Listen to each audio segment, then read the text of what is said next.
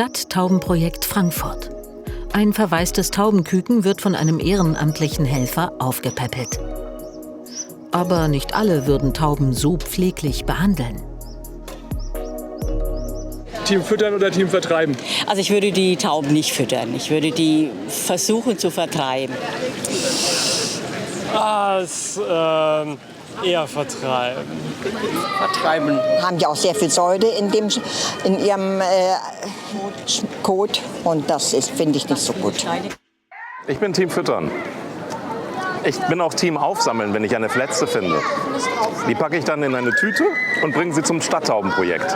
Das Stadttaubenprojekt um die erste Vorsitzende Gudrun Stürmer hilft kranken und verunglückten Tauben. Stadttauben haben sehr, sehr viel Fahrradunfälle. Das ist ganz übel. Und in der Regel ist es so, dass die Fahrradfahrer einfach weiterfahren.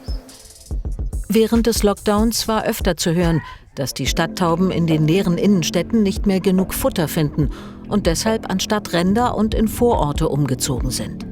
Ob aus den Stadttauben inzwischen tatsächlich Landtauben geworden sind, das hat sich Frank-Uwe Pfuhl vom NABU Hessen für uns angeschaut. Also es kann schon sein, dass es kurzzeitige Wanderbewegungen eher an die Stadtränder gegeben hat, weil dort ist noch mehr Grün, dort ist vielleicht auch der eine oder andere Acker oder andere Sämereien, die da zu holen sind. Aber der Trend hat sich ganz sicher wieder umgekehrt.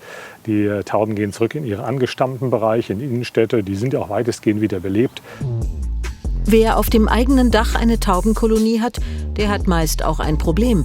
Denn so einfach sind die Vögel nicht zu vertreiben. Und das Nachstellen ist nach dem Tierschutzrecht grundsätzlich verboten. Also wir dürfen den Tieren kein Leid antun, wir dürfen sie nicht vergiften. Solche Plastikraben helfen meist nur kurz. Im besten Fall treiben sie die Tauben ein Haus weiter, zum Nachbarn.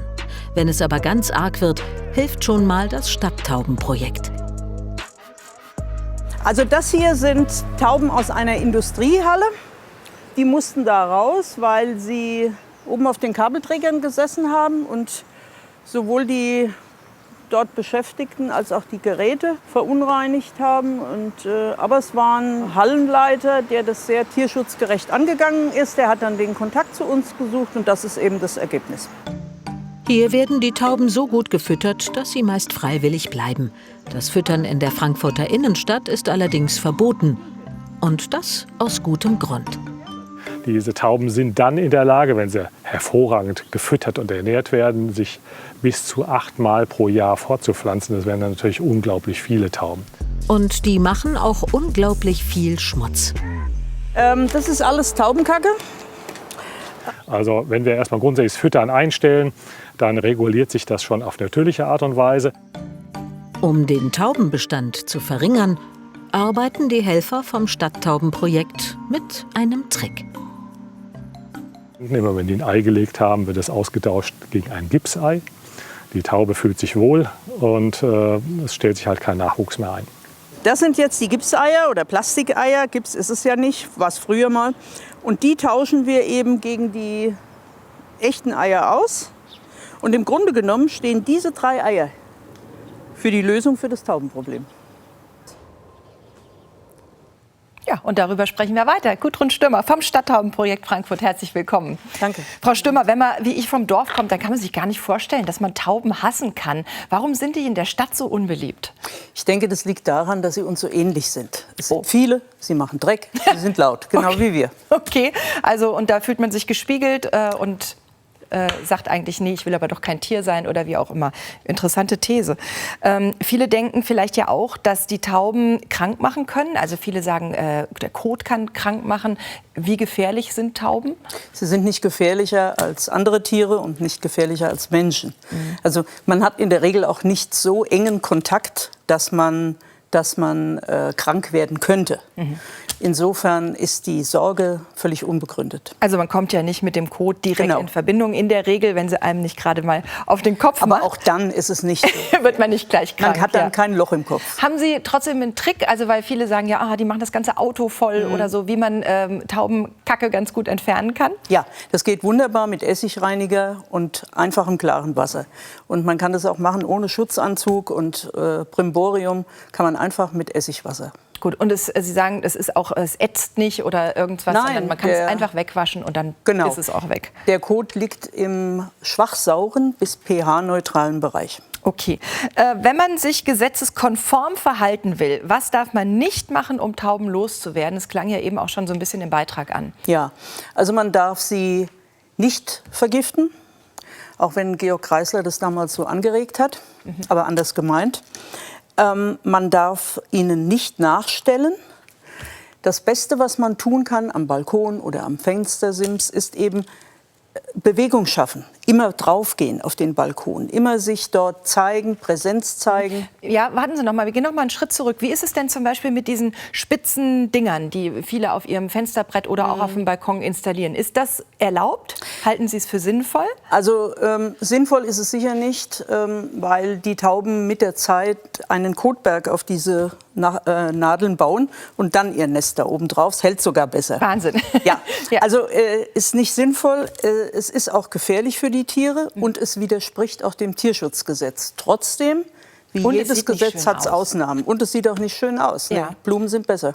Blumen sind besser, oder Sie haben mir vorhin erzählt im Vorgespräch, Sie haben irgendwie gesehen, dass jemand so Besen umgedreht hat? Einfach die Besenköpfe umdrehen und auf die Fensterbänke legen. Die Tauben können darauf nicht landen, ist billig und man kann es jederzeit wieder entfernen. Okay, dann haben Sie eben gesagt, also man muss das Ganze ein bisschen beleben, den Balkon zum Beispiel. Wie finden Sie so Windrädchen oder manche haben so reflektierende, wie so alte CDs oder CD-ROMs oder sowas, die Sie da aufhängen. Bringt das was? Das bringt sicher eine gewisse Weile etwas. Nur das Tier ist klug und merkt, dass der Rabe nicht lebt und dass die Dekoration eben Dekoration ist. Der Plastikrabe, ne? Da setzen Sie sich irgendwann auch freundschaftlich daneben und bauen ihr Nest. Wie ist das? Also wenn die jetzt tatsächlich anfangen wollen, auf meinem Balkon ein Nest zu bauen, darf ich Sie daran hindern? Sollte ich Sie daran hindern? Ja, man darf sie hindern. Also man sollte dann die Stöckchen immer wieder wegtun. Man kann auch, wenn keine Eier in dem Nest liegen, das Nest vollkommen entfernen. Das ist kein Problem. Wenn Eier da sind, was mache ich dann? Wenn Eier da sind, muss man schauen, wie weit sie angebrütet sind, auch im eigenen Interesse. Dann kann man aber gerne den Kontakt zu uns suchen. Ich wollte gerade sagen, das kann ich ja selber im Zweifelsfall gar nicht, ne? Nee, das kann man nicht. Okay, dann würden wir Sie rufen. Genau. Gut. Viele haben ein ganz anderes Problem mit den Tauben, nämlich sie sagen, die machen so einen Krach. Morgens ab 5 Uhr, halb 5 gurren die schon vor meinem Fenster. Haben Sie da irgendeinen Tipp, was man machen kann? Nee, also das kann schon sein, dass das manchmal nervig ist. Zugegebenermaßen geht es auch mir manchmal auf die Nerven. Aber ich finde, das sind Umweltgeräusche. Ein 3-Tonner ist bestimmt unangenehmer. Ja, man kann, also Sie sagen, es ist ein bisschen auch eine Sache der Einstellung. Ja, so ein schönes Gurren von so einer Taube kann ja vielleicht auch was ganz Beruhigendes haben. Was ist Ihr Ziel von diesem Stadttaubenprojekt? Also, und wie kann man Sie unterstützen? Also unser Ziel ist, dass es weniger Tauben in der Stadt gibt. Das wollen wir eben durch diese Gelegekontrolle. Und wer uns unterstützen möchte, der kann das natürlich auf der einen Seite durch aktive Mithilfe, durch Patenschaften oder aber er meldet uns diese Nester. Ah, okay. Wenn wir wilde Brutstätten kennen, können wir dort hingehen, können dort Eier austauschen, können schauen, was man in Zusammenarbeit mit dem Eigentümer machen kann. Also das ist auch in Ihrem Sinne, dann kommen Sie im Zweifelsfall ausgerückt und gucken sich das an. Super, super Sache, super Job, dass Sie das machen. Vielen Dank, Frau Stürmer, dass Sie da waren. Danke.